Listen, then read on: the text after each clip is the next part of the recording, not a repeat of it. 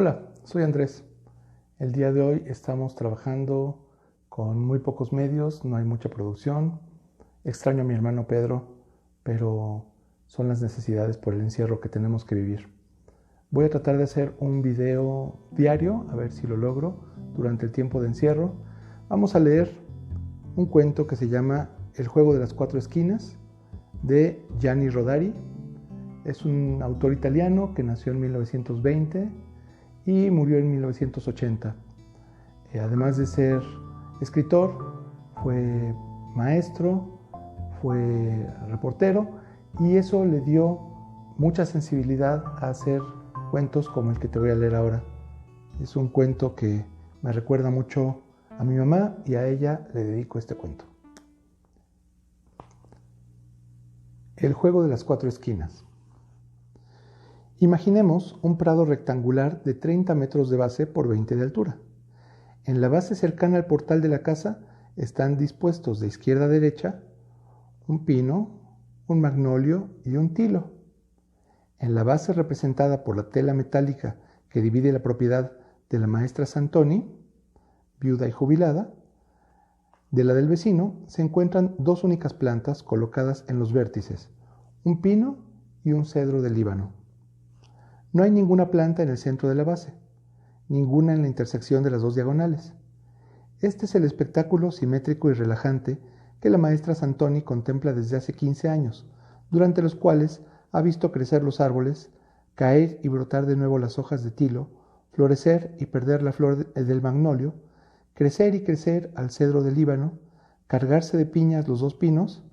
Qué trabajoso era coger los piñones tan apreciados para las tartas y para las salsas. Un pradito más pequeño se halla en la parte posterior de la casa, cuidadosamente distribuido entre los arriates florecidos y la huerta, con su geometría de tomates, lechugas y calabacines. Había una broma que la maestra Santoni le gustaba gastar y consistía en invitar a comer a unos cuantos niños y darles calabacines cocidos, que es exactamente el plato que los niños odian con todo su generoso corazón, para inmediatamente presentar a la mesa patatas fritas, helados, fresas con nata y para terminar, pasteles totalmente cubiertos de piñones. Aquí y allá, en los dos prados, el mayor y el más pequeño, surgen en orden disperso matas de grosellas, de fresas, de frambuesas, un granado enano que en la regularidad del jardín, o mejor dicho, de los dos jardincitos, introducen la fantasía y los caprichos. La maestra Santoni siempre ha sido partidaria discretamente del orden espontáneo de la imaginación. Pero una mañana, de forma completamente inesperada, el orden aparece radicalmente alterado. La maestra Santoni, al asomarse a saludar como todos los días a su pequeño reino campestre, no da crédito a sus ojos. Como suele decirse en estos casos, puede que alguna vez se haya dado, aunque es improbable, un caso semejante.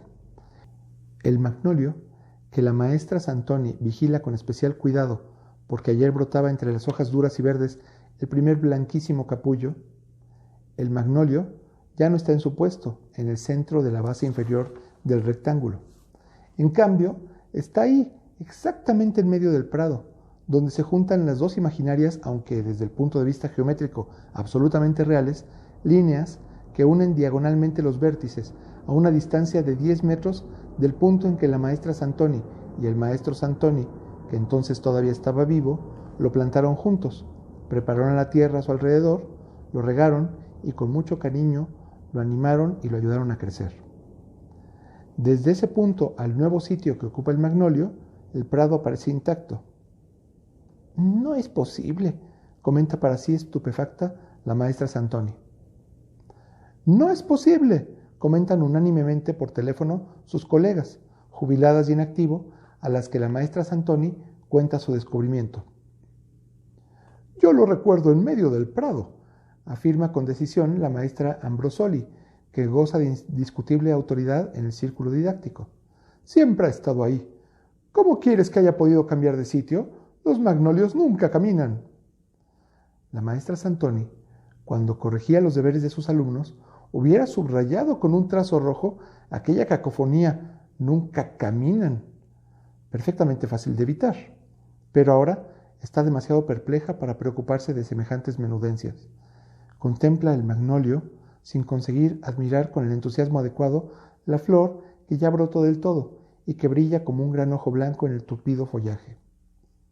Desconcertada, confusa, se pregunta si no le estará fallando la memoria, si lo que ve no será un fruto maléfico de la arteriosclerosis, si no convendría hacerle una visita al doctor Alongi, que es tan tolerante con las personas ancianas en general y con las maestras jubiladas en particular. Mañana, decide, al médico iré mañana. Hoy tengo mucho que hacer en la huerta. Pero a la mañana siguiente le espera una nueva sorpresa, cuando sale para comprobar cómo maduran las grosellas.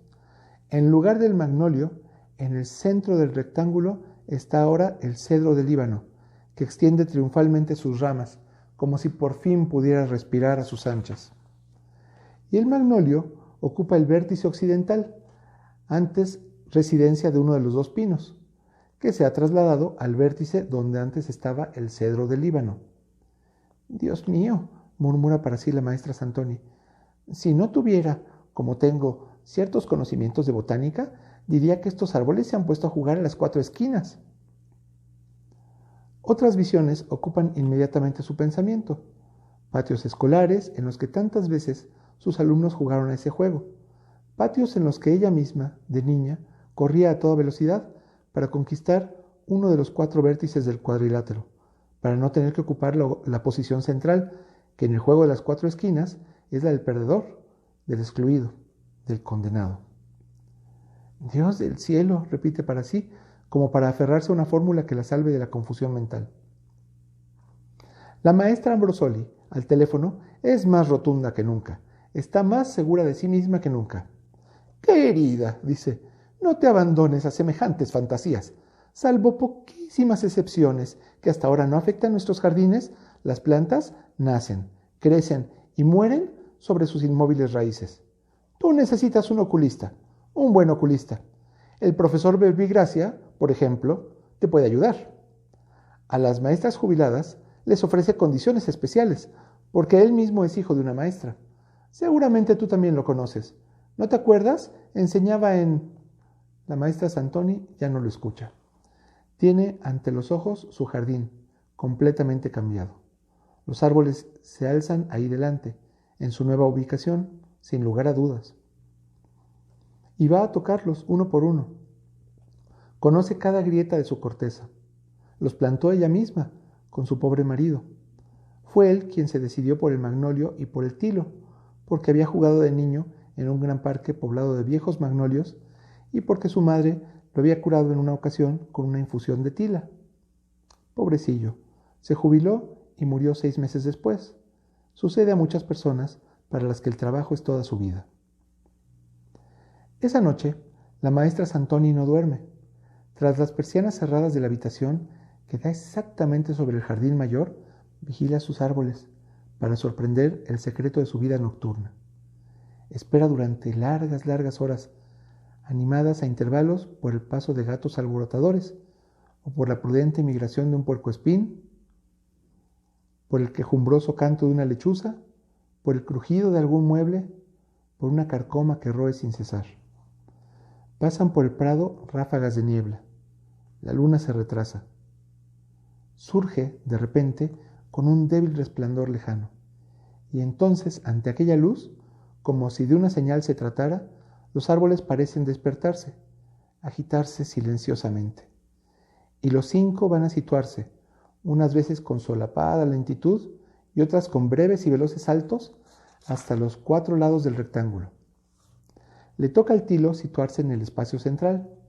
Correr hacia el vértice en el juego deja libre momentáneamente para ocuparlo, volver sobre sus pasos e intentar de nuevo la conquista de otro vértice.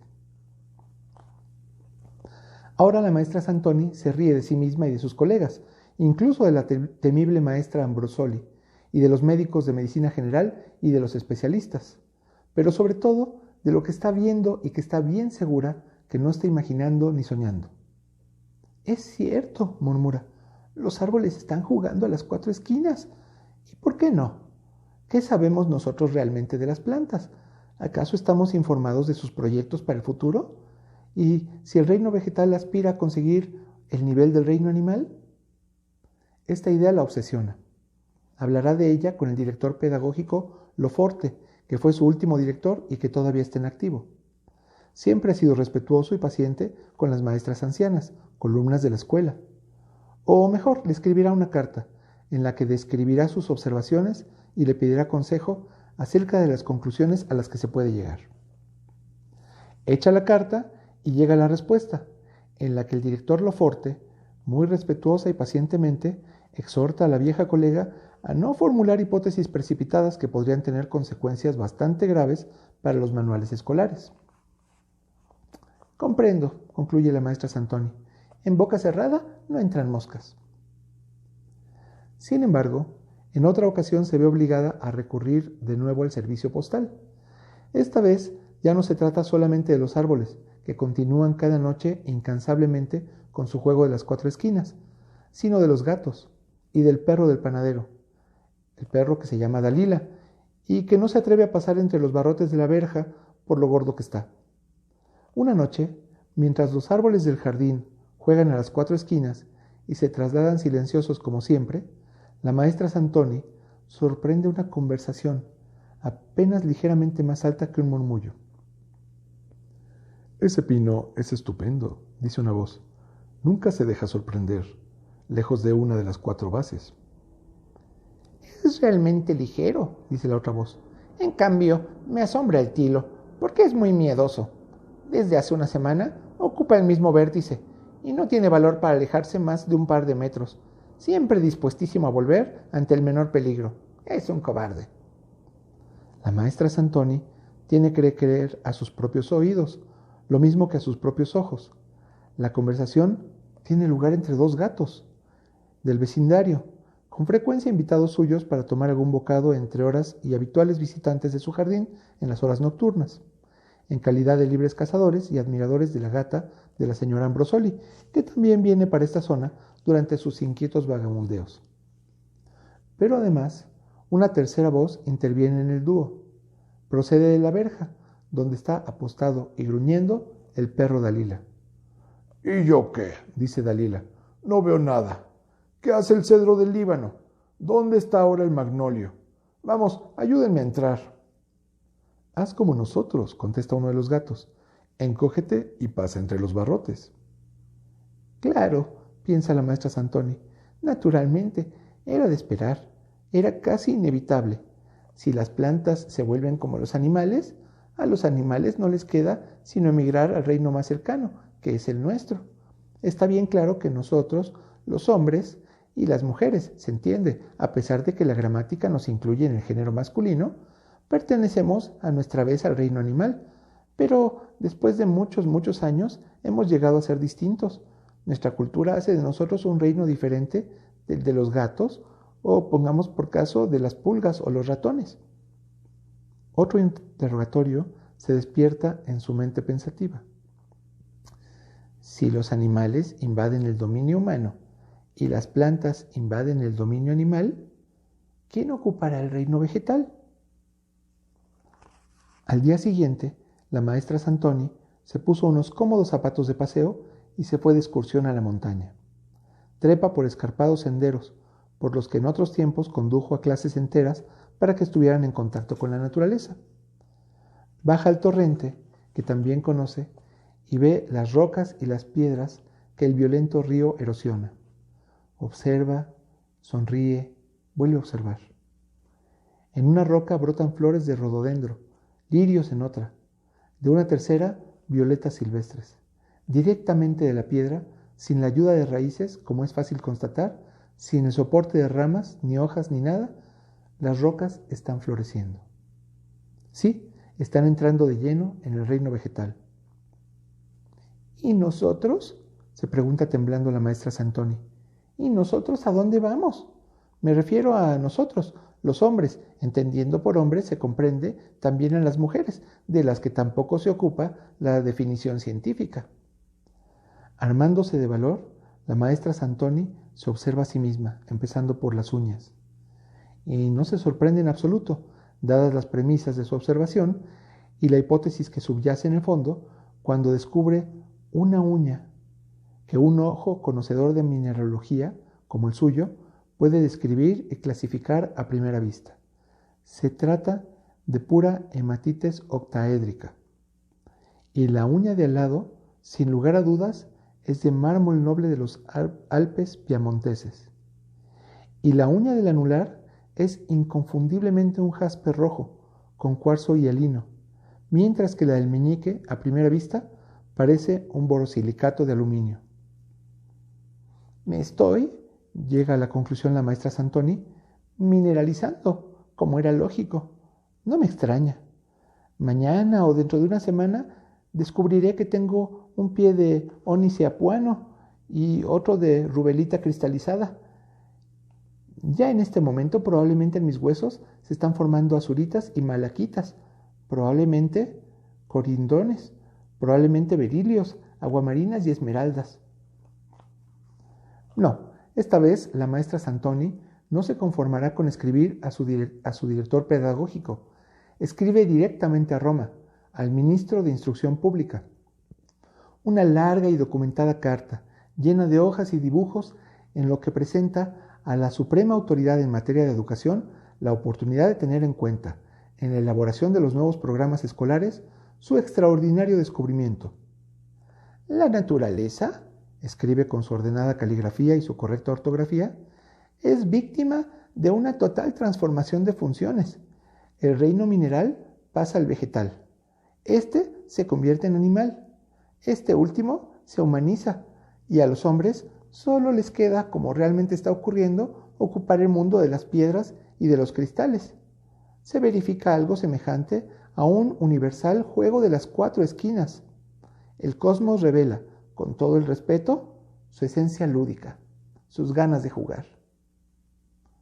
Le contesta, varias semanas más tarde, o sea, con insólita rapidez, el jefe del gabinete del ministro. Amable señora, escribe, para hacer el juego de las 4 esquinas hacen falta 5. En su hipótesis están presentes de momento solo 4 jugadores. ¿Quién será el quinto? Le agradeceremos su información y le rogamos nos tenga al tanto del ulterior desarrollo de sus investigaciones. De momento, programas y textos escolares permanecerán invariables según la norma del decreto de ley número, etcétera, etcétera, etcétera. La maestra Santoni lee y sonríe, comprensiva por enésima vez. En el fondo, sabía lo que iba a ocurrir. Cuando iba a clases, escribió muchas veces al ministro para darle buenos consejos, pero la verdad es que nunca le escucharon. Así es que no se hacía ilusiones esta vez. Mientras asiste sin ser vista a la danza de sus 5 árboles, a los juegos que tienen lugar en la huerta, donde una mañana las verduras colocadas en rectángulos exactos se disponen a formar dibujos geométricos, figuras de animales desconocidos, letras de misteriosos alfabetos, a las conversaciones nocturnas de los gatos y de los perros del vecindario, a la floración de las paredes de su propia casa, en cuyo tejado ha brotado directamente de las tejas un maravilloso tulipán negro, a la lenta pero continua metamorfosis de su propio cuerpo, que haría las delicias de un museo escolar de mineralogía. Y también ella se pregunta, ¿quién será el quinto jugador? ¿Será Dios? ¿Los marcianos? ¿Una forma de vida desconocida en la biología terrestre? ¿Seres hechos solo de energía? ¿La antimateria? La maestra Santoni, con mucho cuidado, pone en fila, mentalmente, los signos de interrogación y recuerda sonriendo las veces que sus alumnos utilizaron el signo de exclamación en lugar del de interrogación y viceversa, concluyendo la redacción, en vez de con el debido punto, con una coma suspendida sobre el abismo. Así.